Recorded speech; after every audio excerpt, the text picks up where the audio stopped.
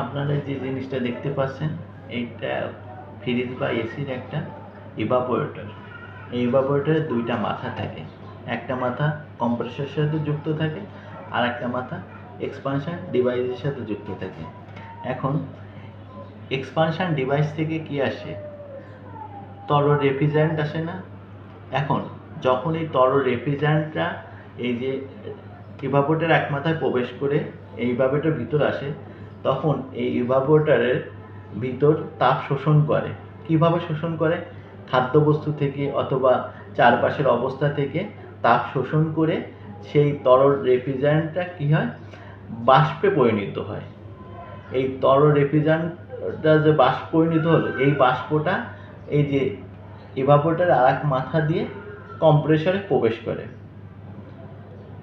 তাহলে কি এই ইভাপোরেটরের মূল কাজ কি?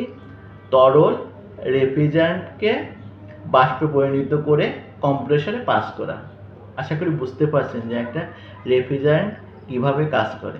ভালো থাকেন সবাই, সুস্থ থাকেন।